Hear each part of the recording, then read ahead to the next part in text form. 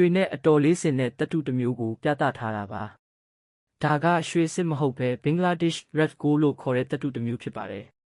အမှုန့်ကြိတ်လိုက်ရင်လည်းရွှေမုန့်အတိုင်းပါပဲဒီသတ္တုဟာရွှေလိုပဲပျော့ပြောင်းပြီးလက်နဲ့ညှိရင်တောင်ပုံသဏ္ဍာန်ပြောင်းလဲနိုင်ပါတယ်အပူပေးပြီးအရေဖြော်ကပုံစံခွက်ထဲလောင်းထည့်လိုက်ရင်ရွှေတုံးတုံးအတိုင်းပြန်ဖြစ်သွားတာကိုတွေ့ရမှာပါ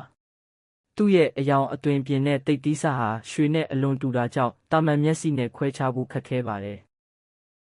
ကျွမ်းကျင်သူတွေတောင်စက်ပစ္စည်းတွေနဲ့စမ်းသပ်မှသိနိုင်တာပါ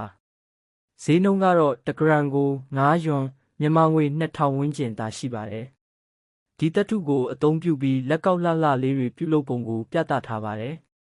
ဆက်နဲ့အချောကင်ပြီးပုံဖော်လိုက်တဲ့အခါအရန်ကိုတောက်ပြောင်လှပတဲ့လက်ကောက်တစ်ကွင်းဖြစ်လာပါတယ်ဒီလက်ကောက်ဟာတန်လိုက်နဲ့လည်းမကတ်တလို့ရေထဲမှာလည်းချက်ချင်းနှင်းမြုပ်ပါတယ်